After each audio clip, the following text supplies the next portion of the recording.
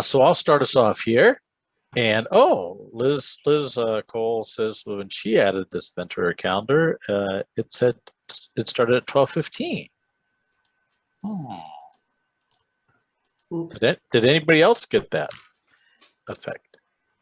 I used the iCal function, and I only knew it because it said starts in 18 minutes. And I said, no, starts in 3 minutes, and then went in and looked at it. I mean, I don't suggest that we should stop. I was just flagging that may be an issue for some people. Yeah. Yeah, I have it on Zoom as 12 to 1, so I don't know. That's right. Yeah. Bye. Okay. Well, thanks for letting us know that. So I'll start us off. I'm Kevin Geiger. I'm the senior planner at the Two Rivers Ottaquechee Regional Commission, one of 3 regional commissions you can see at the bottom that are involved in the Keys to the Valley project. And my co-presenter to my right over here is Alex. And Alex, you want to just introduce yourself? I'm Alex Belenz. I'm with the Upper Valley Lake Sunapee Regional Planning Commission. We cover the New Hampshire side of the Upper Valley and a little bit beyond that. So thanks everybody for coming. We have 3 speakers, so you'll get, it's not just Alex and I talking at you today. Prue does have a little bit of a cold, but it's just a cold. She assures us so. Don't worry about that over there when we get to Prue. We are going to focus on the Greater Keys project, but with a specific angle on that related to employers today. But there's all sorts of other angles which we'll touch on a little bit. So if you wear those other hats, feel free to adjust your view as needed out there. For those of you who've been on it for a couple of minutes, you'll see we are recording this. So we are being recorded, and we'll have this available later at the Keys to the Valley website, which is just keystothevalley.com. And a couple of other things as we go along. We are going to leave a good amount of time at the end for questions, but if you have a question, you can put it in the chat, and Tori will be watching that, and we'll kind of amalgamate everybody out there. If you have a link or anything, you can also put that in the chat and send that to everybody, and then we'll have that all available out there. Mike has just put, for example, in the chat our website address. So thank you. And a couple other things. If nothing else works, you can literally raise your hand, and we'll try to call on you at the end there. But Tori will be moderating that, or you can use down in the functions, the reactions. You can use like the little wave your hand, digital hand thing. And so with that, we are off to the races. And Alex, are you driving the slides? I am. Do we want to do our quick poll first? Yeah, and so we're going to begin just so we can get a little sense of you all out there in Zoom land. So Tori is going to do a little quick poll, which you see right now.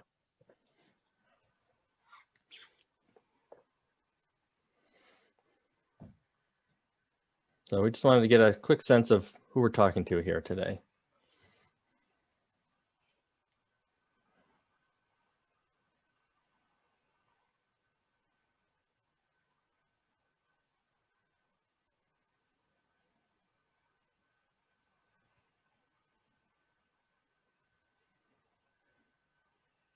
Looks like about half of you are in.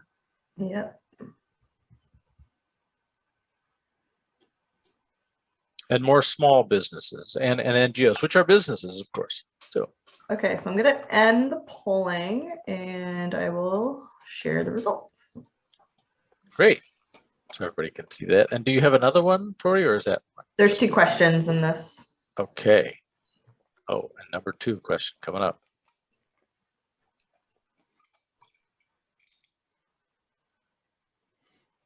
Yep, so we have a good mix of different employers.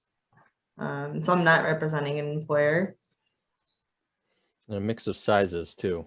Yes. Okay. Kevin, if you scroll down on there, you should be able to see the results there. Okay.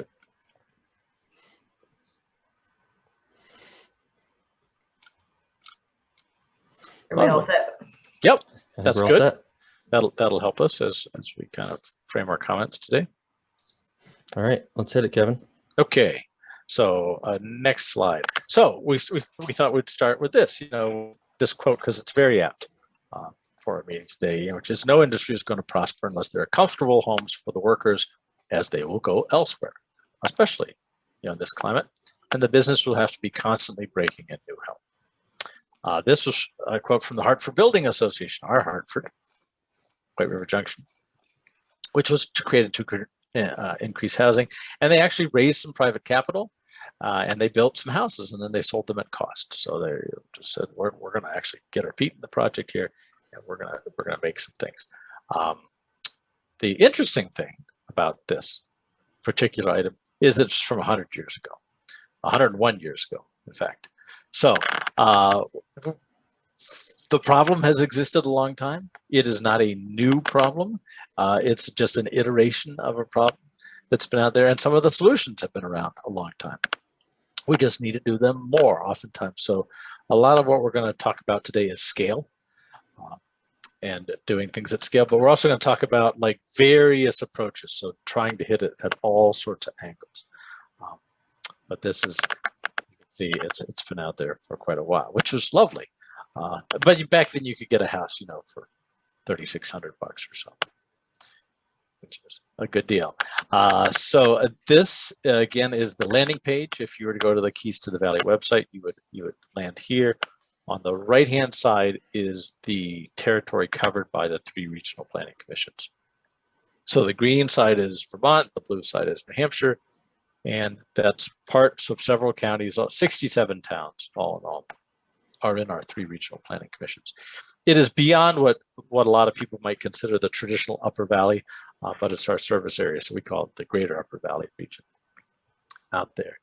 And we're going to talk a little bit about the entire Keys to the Valley study, but then we're going to focus on particular stuff around employers. And so I think we have the next slide out there.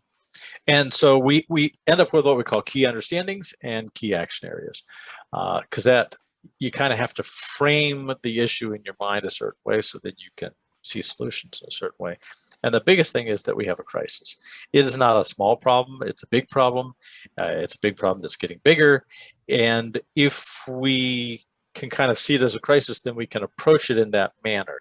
And that it's not a glitch in the system. It's not a little thing we need to adjust over here.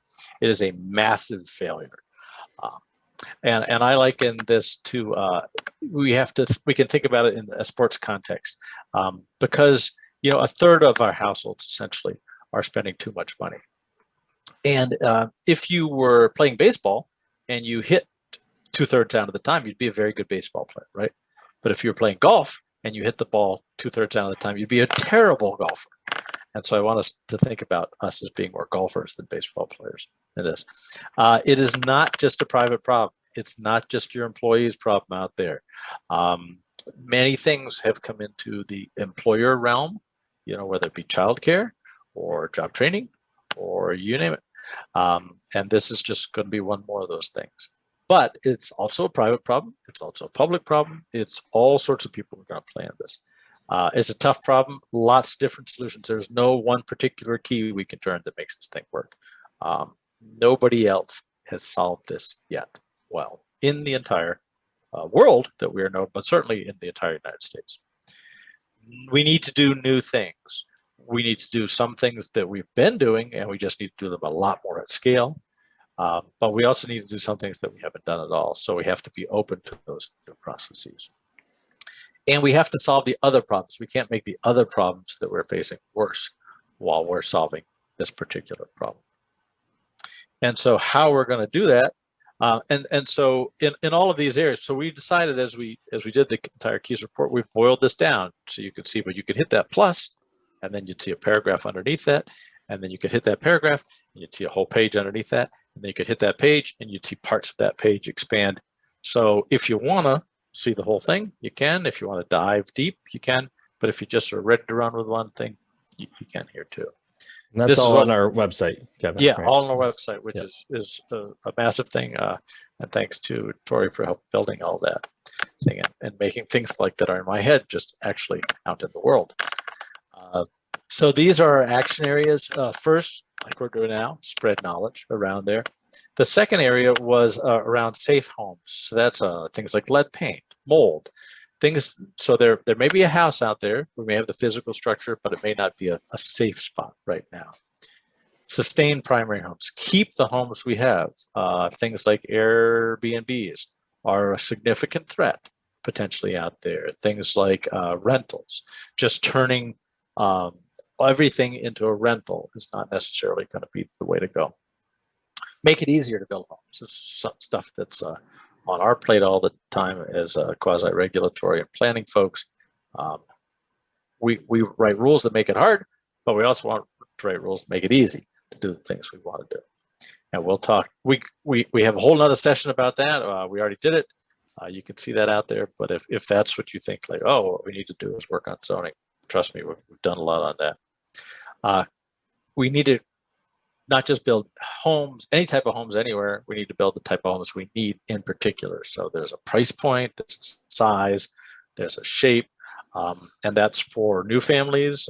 Primarily, we have kind of new families that we're focusing on, and then elderly, both of which may need the same house, but some people can move out of a house and other people can move into a house.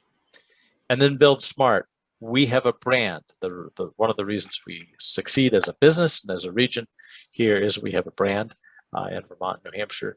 And so we can't muck up that brand while we're building the houses. So we don't want to build way out in the woods. We want to build at scale and at size and at shape that fit the region too. So we're not just opening all valves here. We're trying to do this with some intelligence. And again, as Alex said, you can dive deeper in there on the website. All right. Well, thanks, Kevin, to that introduction, kind of the high level findings and action areas. We did want to present some of our research results as well, to just give you a sense of, these are not just statements that we met and came up with. These are backed by data analysis, research, conversations with our steering committees and folks on the ground in communities. There was a whole process 2 years long to kind of come to those 10 or so statements that you just saw. And so wanted to just provide you a little bit more of a peek under the hood in terms of some of the data that we're looking at. So one of the things we did, kind of a core key analysis that we did was taking a look at where you're at in terms of households in the region and of current levels of affordability, and where we might be in 10 years, looking at a few demographic trends. And what we have seen based on that, based on projected population changes, changes in age cohorts, so looking at an aging population, are that over the next 10 years, we anticipate there being about 10,000 more households in the region, which would be about a 15% increase over where things are at in 2020. Part of that is driven by net changes in overall population, and part of that is driven by the continued trend towards having an older region, and older residents tend to maintain smaller households. Most of them don't live with their kids, don't rent rooms to people. So we're seeing the average household size decline in recent years, and we anticipate that will continue. At the current rates, by 2030, we'll also see about 26,000 cost burden households. So right now there's 23,600 in the region. A cost burden household is a household that spends over 30% of their total household income on the major housing related expenses. So that could be rent, or it could be mortgage, taxes, interest, if you own your home. And that's certainly relevant for a whole host of economic indicators in terms of where people are able to live and how much disposable income they may have.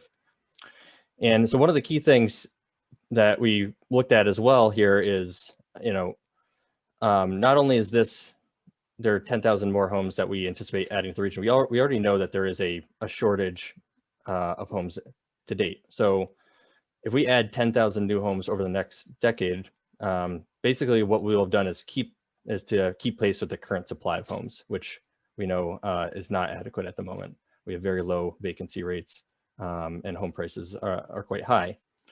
If we compare that over the prior decade, we added about 4,000 homes.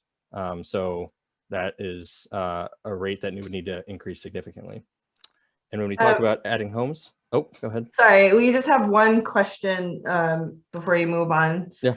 Rich Brown's wondering what's the population of this study area approximately? I don't have that in front of me. So we're looking at potentially in the year 2010, we have about 162,000 people, and 2030, we're talking about 173,000 people as the anticipated change. Right. And again, a key thing to keep in mind there is not only the change in population totals, but the change in demographics that changes, how big households are coming out of that population. So even if our population were to stay the same, we would anticipate an increase in the number of households based on the aging population. So going back to new home creation, this 10,000 new homes or more would not necessarily be 10,000 brand new structures. That could include things like conversions, adaptively reusing different buildings, that sort of thing. But the key point here is that the need is significant, both in terms of affordability and supply. And that drives a lot of what we looked at through the study. So this was a really foundational data point that we looked at. Some other key metrics. So transportation costs, we look at those alongside housing costs. We don't just put housing costs in a box and say that's what the cost is. We know that where you live and what transportation assets or infrastructure or services that you have access to is going to influence your cost of living. So if you can't find a place to live close to your employer, that's going to increase your cost of living through increased commuting costs. And so if you look at our greater Upper Valley region, on average, the average household is spending 55% combined of household income on housing plus transportation. And 45% is what's considered affordable. So we have, on average, most of our households are spending what's considered an unaffordable amount. And there's some quality of life and employment-related impacts that come with that as well. If you were living farther away from work, that's more time out of your day that is kind of related to your job. You may be more likely to have to miss work days if you have, childcare needs that come up or other, personal matters that you have to deal with. That creates lots of challenges around a workforce as well. So that is a key point that we don't want to look at separately from our housing challenge as well. We've discussed aging quite a bit so far. So not only does that affect what we look at in terms of housing needs and demand for homes, it also affects our working age population, what has traditionally been considered the working age population, although we're starting to see that number bump up a little bit, unfortunately. But looking ahead to 2030, we're anticipating some significant increases over the course of a 20-year period in those older age cohorts and fairly significant decreases in what we'd call the working age population. In terms of our regional vacancy rate, right now, pre-pandemic, we were at 2%. 4 to 5% is typically considered healthy. There's some disagreement about that number, but there's no one who will say 2% is a healthy number in terms of vacancies. And then during the pandemic, we've all read the news and heard the stories, but some of the data shows that we had some significant increases in median sale prices of homes as well. So the pandemic, unsurprisingly, is not helping anything and has exacerbated some of those longer term trends that we're concerned about. I'll kick it back to Kevin. Okay, so we think about this in many facets, and we'd encourage you to think about it as well in that way. So we have emergency housing out there, so people who have no home right now, and they need a home for a variety of reasons. Many of them not their own fault.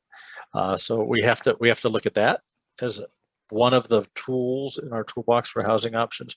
Then we have what we focus on, which is homes that are affordable for all incomes. So that's a variety of homes and a variety of shapes for a variety of incomes out there.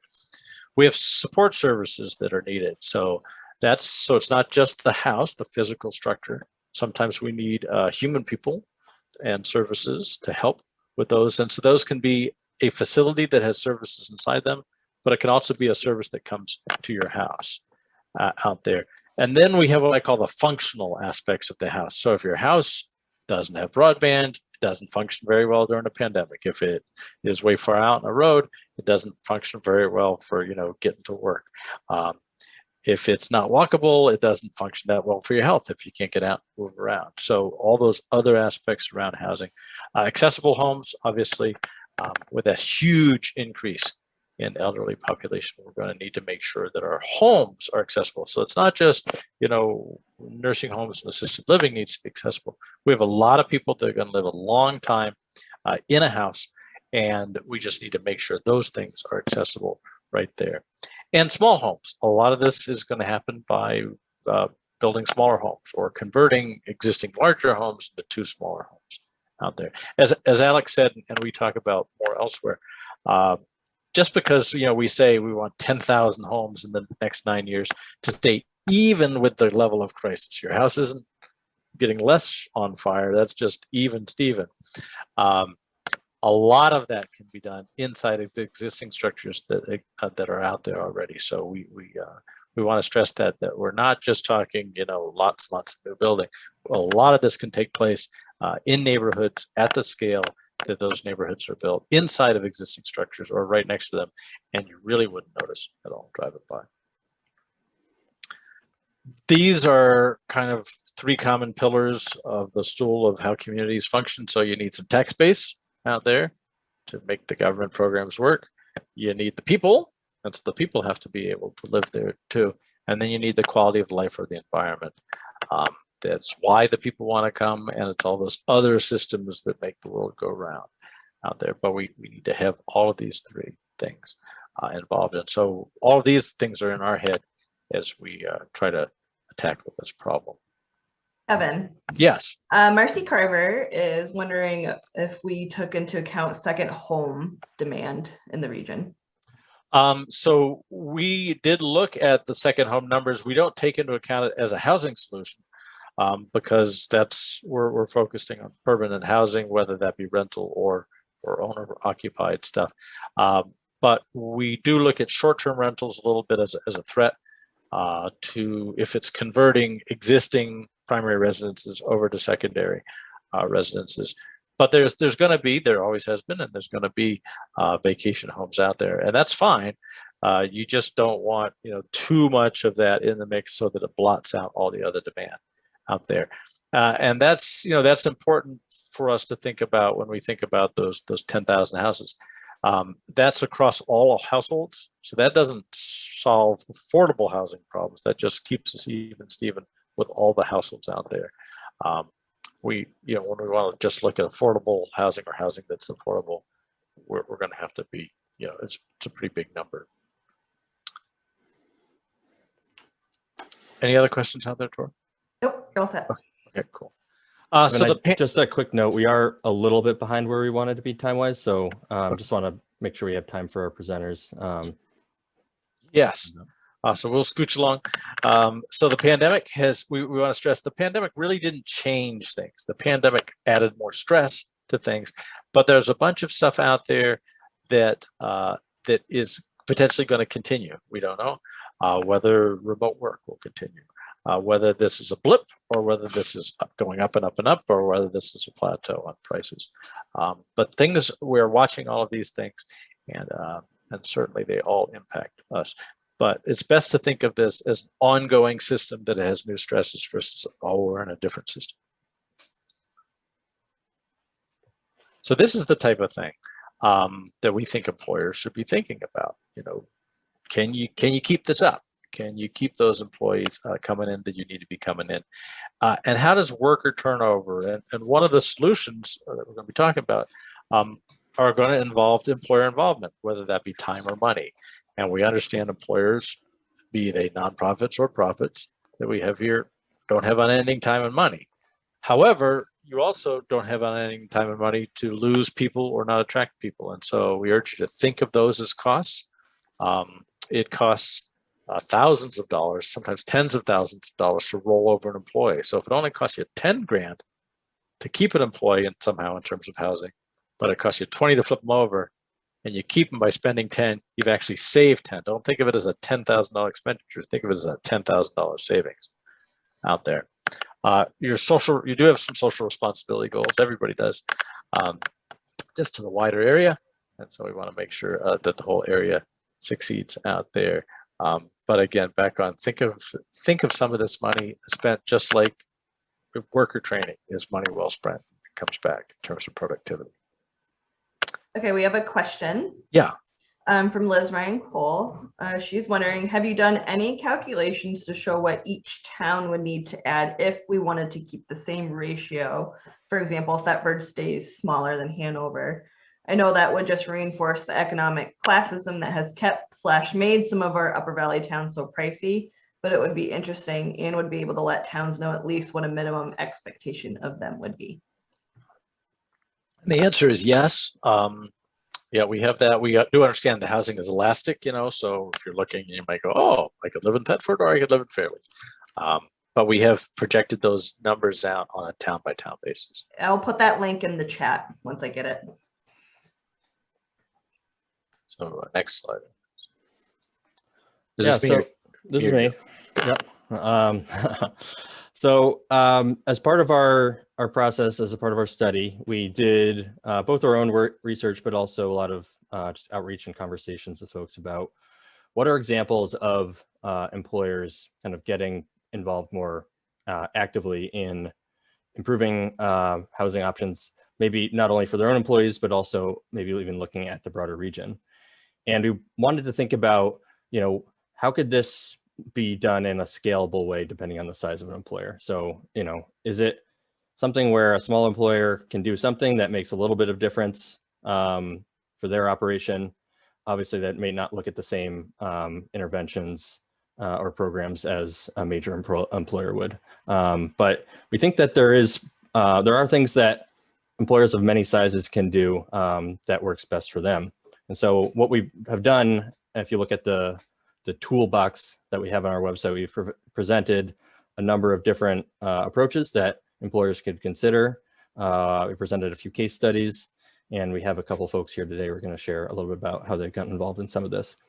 But even at a very basic level, being an advocate within your community or even at a higher level of government can be a great way to get involved to advocate for better housing options, whether that's for needed zoning changes or more investment at the local level or better policies that can trickle down from the state level or increased funding streams.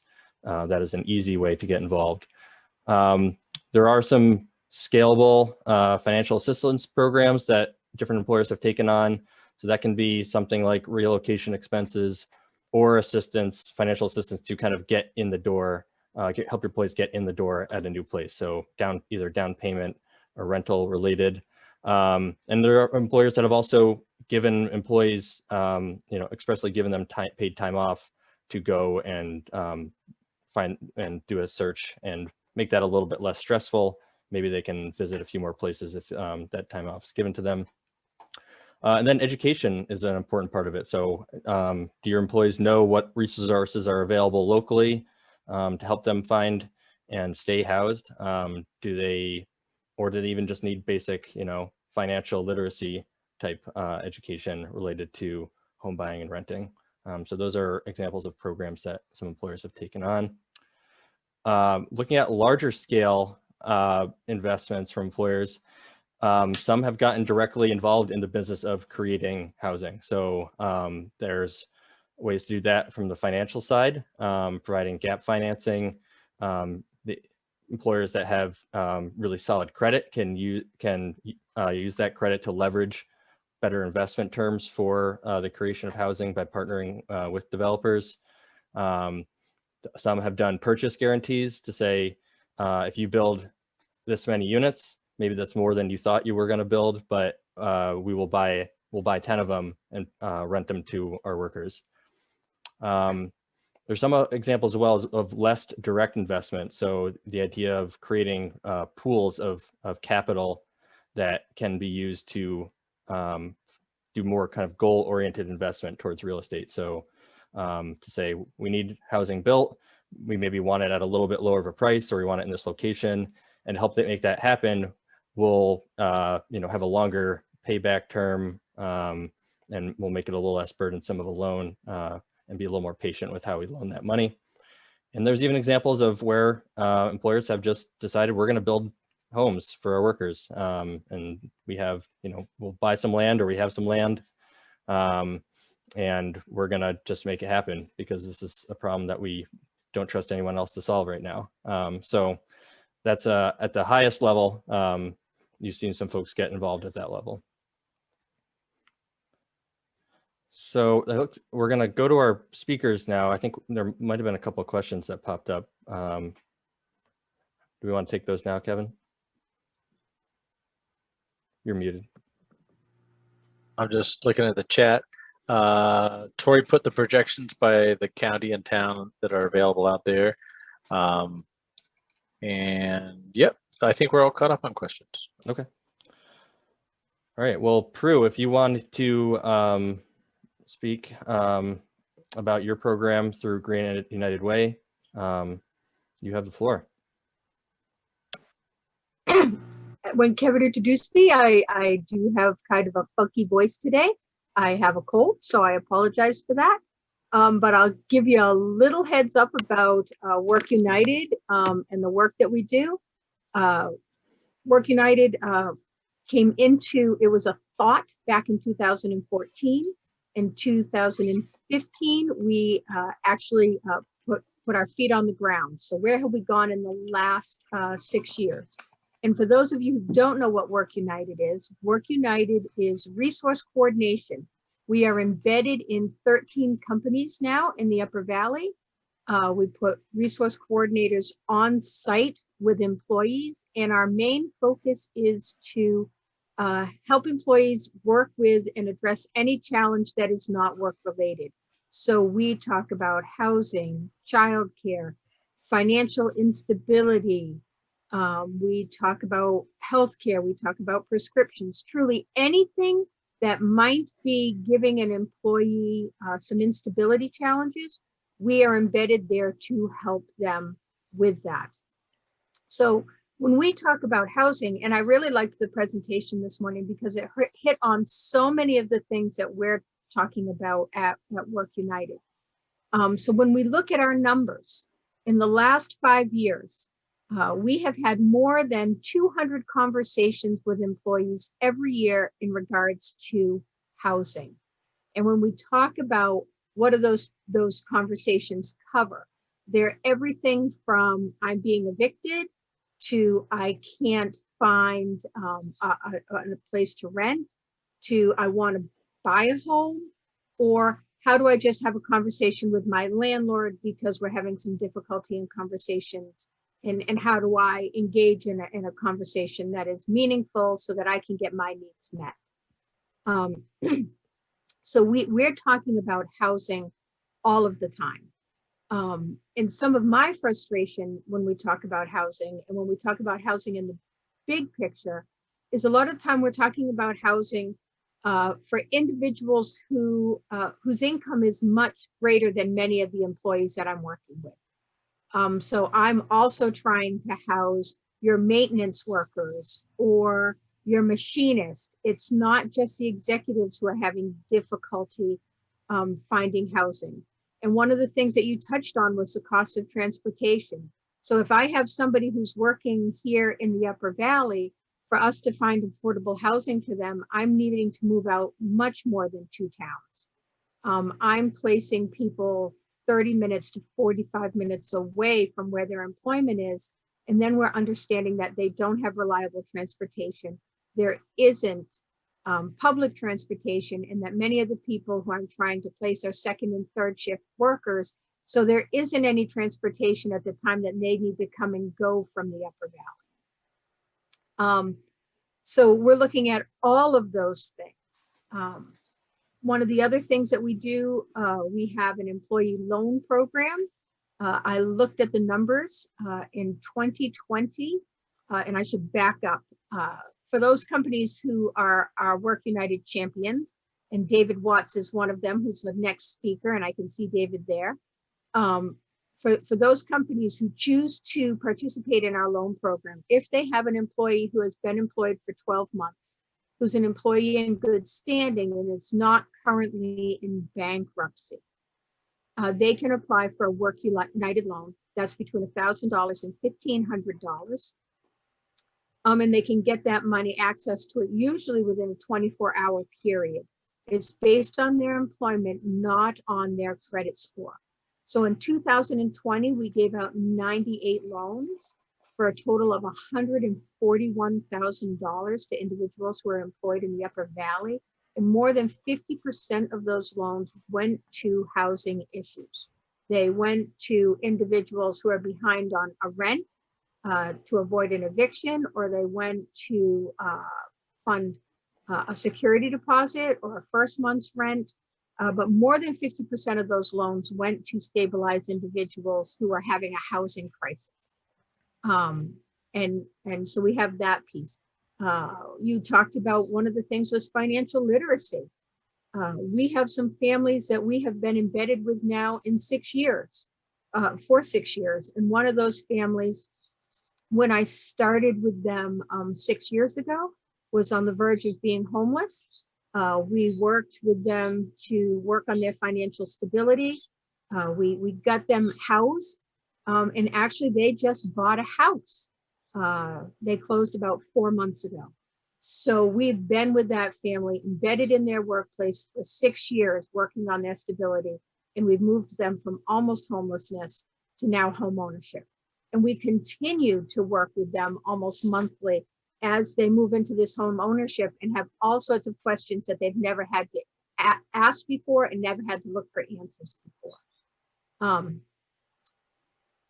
So where is Work United going? As I said, we have 13 companies that we now are embedded with.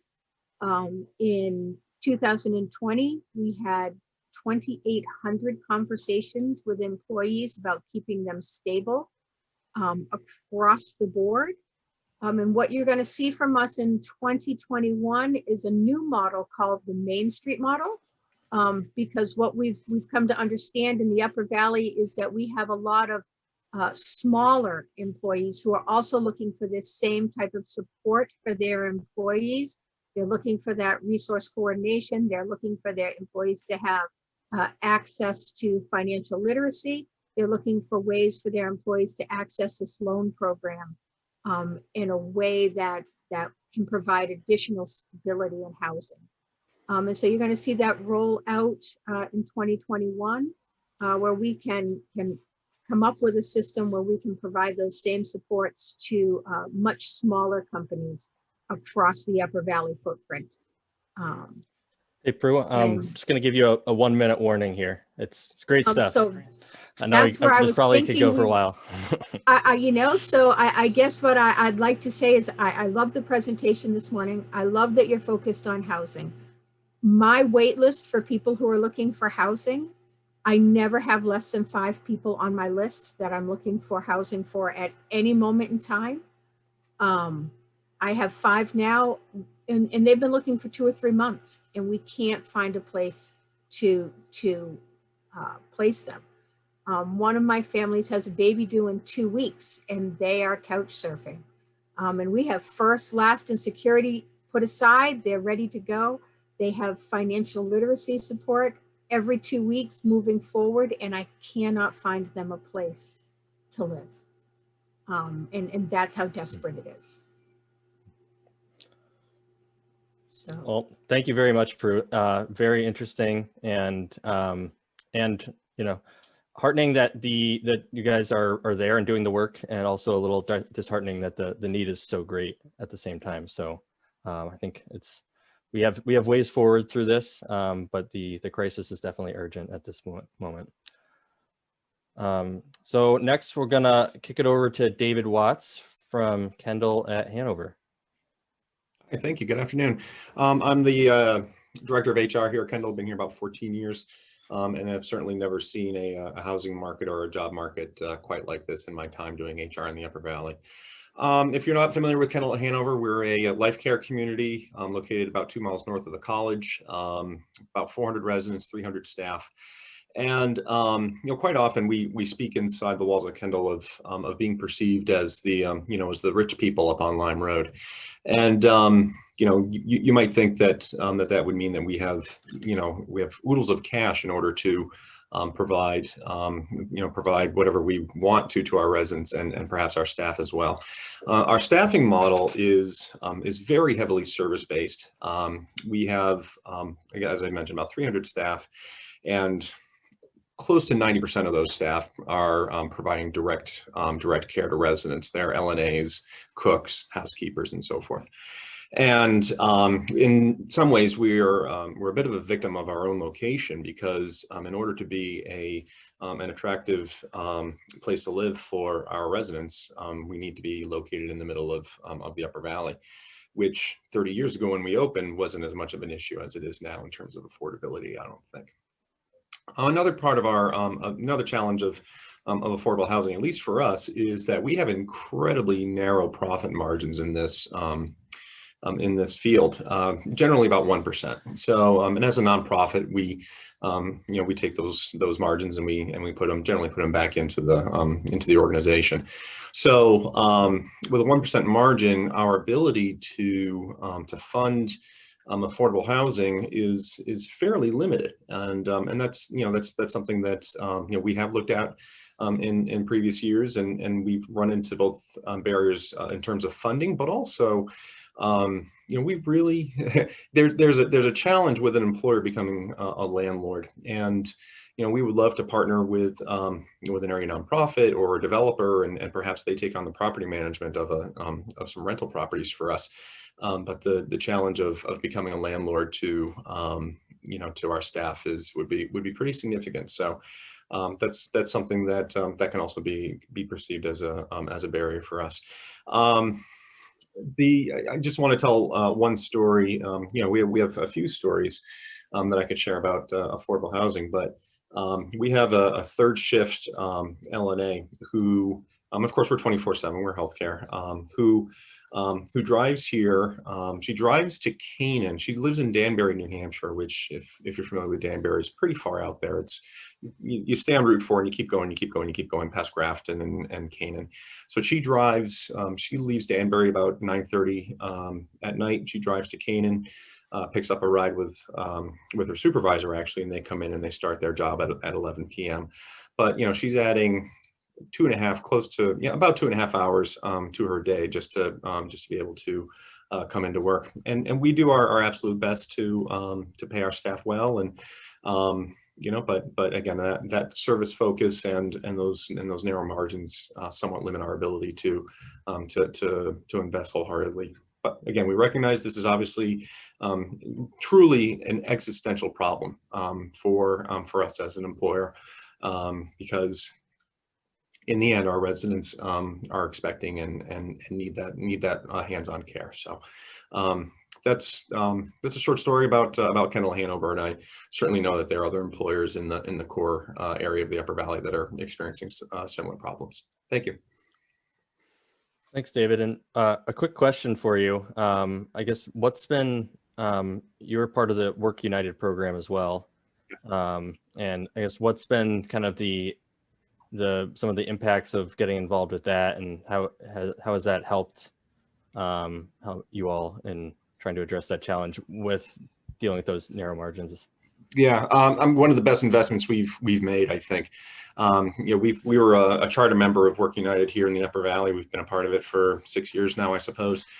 And we pay a fee, and I have no problem saying what that is. We pay about $12,000 for Pru's services, and that investment has paid off in spades. Number one is because it has led to some stability in housing for some of our staff. I can think of 2 staff in the last 6 months that Pru has helped with saving for that down payment and finding a house. But there are other, real tangible ways that the program helps our staff as well, including free tax return services. Pru will work and sit down with our staff to help them file their taxes for free, and avoid a $300 charge through H&R Block, for example. So, and there have been times when Pru is, she has, said, call me at my house, and if you're running out of fuel, I know a way to get you a, half a tank of fuel so that your house doesn't go cold in the wintertime. So it's a wonderful program. Pru does one heck of a job for us, and we're really grateful to be part of that program. David, could you please state how many employees that you employ? Yeah, currently I say about 300. We're at about 280 at this point. Okay, thank you. And Michael, did you have a question, or was that the same question? No, just applause for Prue and Elizabeth and Work United. All right. Well, thank you, David. Thanks for being here. Kevin from Southern Vermont Healthcare. So this is our extra special guest from outside the Upper Valley, who has developed a very interesting program in the Bennington area. Very excited to have Kevin here today to share a bit about that program. And Kevin, I have all your slides loaded in here, so just please let me know when you want me to advance. Okay, well, thank you, and hi, everybody. I will say that although we're in Bennington, Vermont, your presentation earlier about the housing crisis applies here just as well. We're having the same issues down here. Southwestern Vermont Medical Center is the largest employer in our area. We have a little over 1,000 people, and employee housing is a real problem. So recognizing that we see a value in our workforce living close to where we are for a lot of reasons, including transportation is a big one in this part of the world. So we focused on developing this program that we called Healthy Homes for Bennington. It's a nonprofit we formed.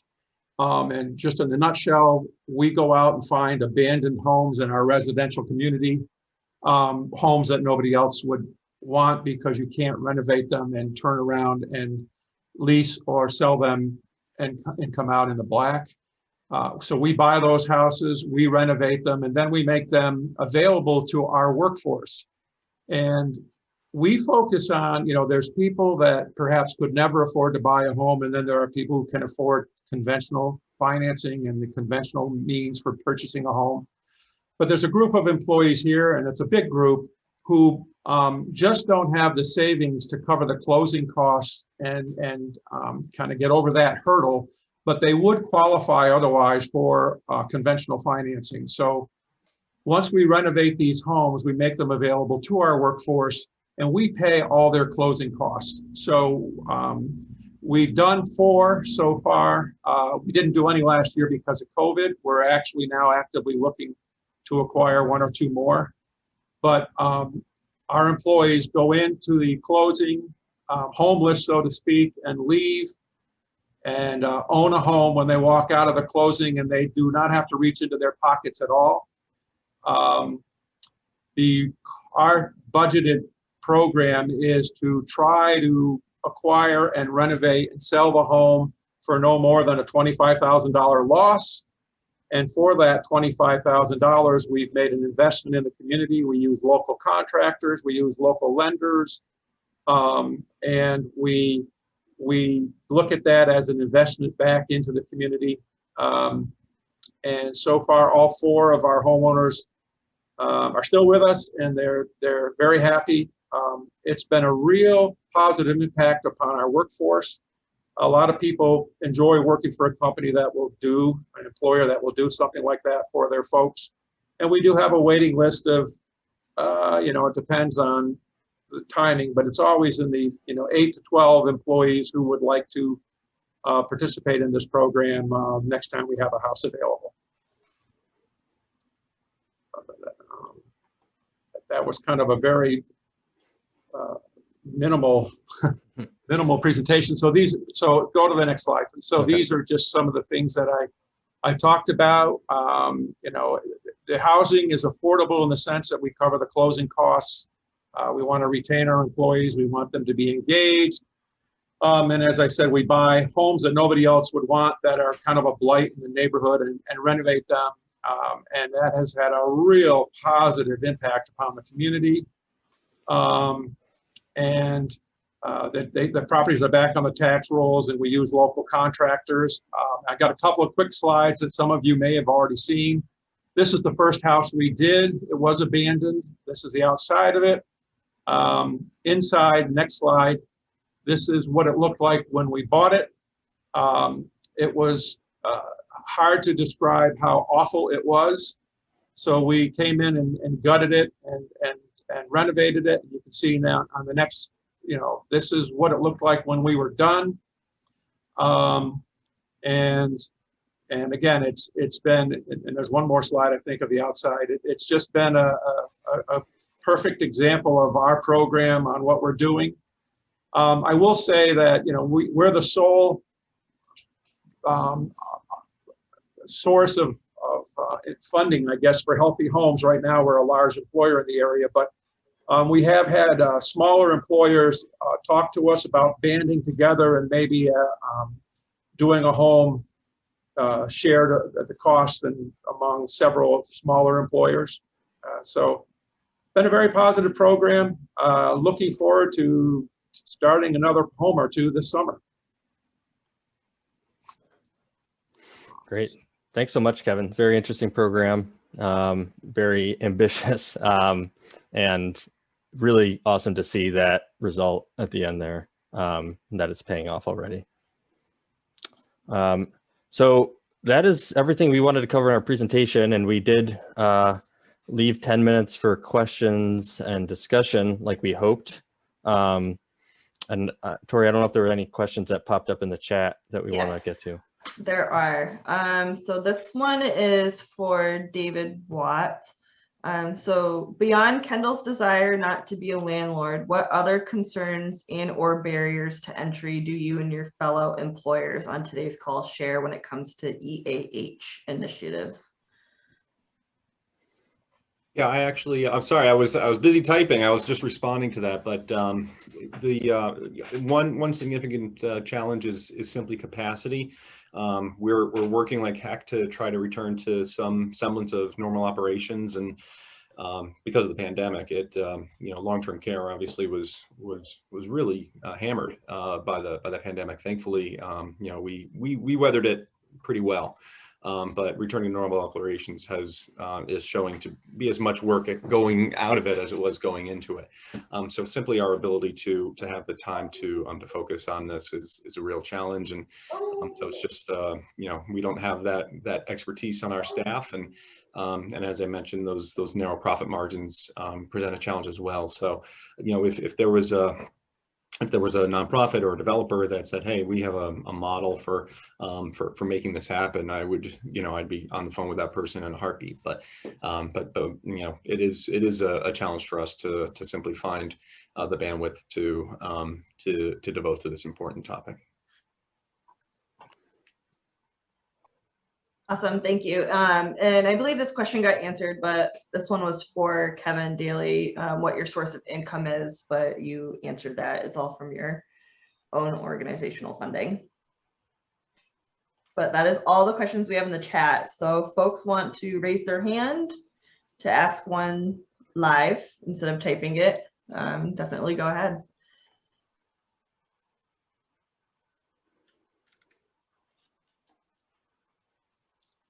I'm not seeing any.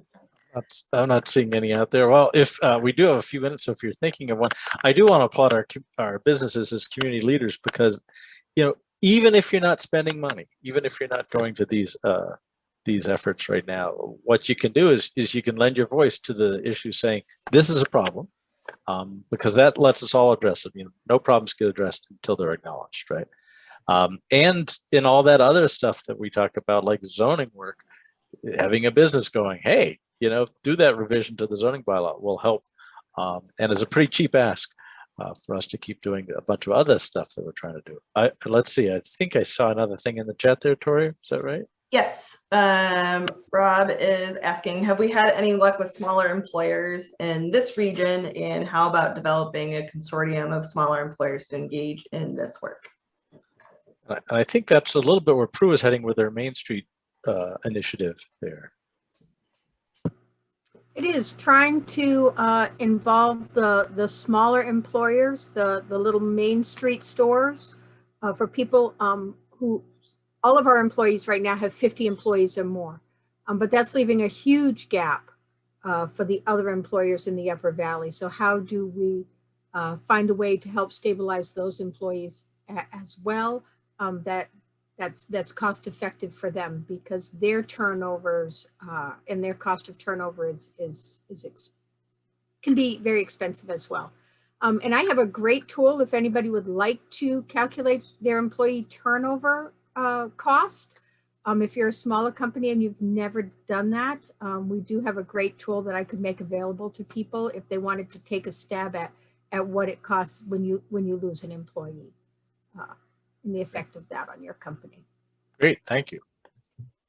It's not a small. We did it for us, and it's not a small number. Liz Ryan Cole, I see. Hi. So I first I want to say how tremendous I think this entire effort is, because visibility on housing has been a real issue for a long time. And I like the different things that I'm seeing in terms of op-eds and articles in the paper.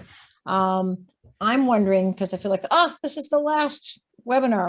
I wondered if it might make sense to have a session with like the folks from Brattleboro and Andrew Winter to say, okay, if you wanted to help participate in developing 20 units of housing, actually, I got an email from somebody after the last list saying, how do we do 10,000 units of housing? Do something more modest. How much are we short if you count on people just contributing what they can contribute? And how do we make up for that? So that's what I was trying to ask, what are the sources of funding? How much of it is private funding? I know government funding is very variable, but we don't want to cut the costs and pay workers only $20 an hour either. I mean, I look at this from a perspective of a developer trying to develop co-housing, a local, I'm on the planning commission in my town where I live. I was a legal services lawyer, and it's the shortage of money and how do we put it together? And can you guys help facilitate some discussions along those lines? And the short answer is yes. We're trying to facilitate the, I would say, the movement of existing money around. We're constantly advocating for more money at the federal and state level. These existing state and federal housing programs are wonderful, and they do very good jobs at meeting a certain need. And that's about 1% of the solution so far, if we look at our total numbers. So, if Andrew did everything that they've done in their entire history 10 times this year, right, we would kind of be looking at meaningful impact. So that's the scale of the issue. One of the things that we think needs to probably be done is kind of do what Prue does in the brokering department, in that some type of utility that would help people turn their house into a duplex, or put an accessory dwelling unit in their garage, that type of thing, so they don't have to figure it all out because their brain space is occupied. Like David says, they're running a business. They don't need to think about how to become apartment builders, and neither does a mom and pop. And especially people don't want to have one tenant, just and become a landlord. So maybe a structure that can do that en masse would help a lot. We're looking at trying to attract mission-driven developers, which don't really exist in the region that much right now.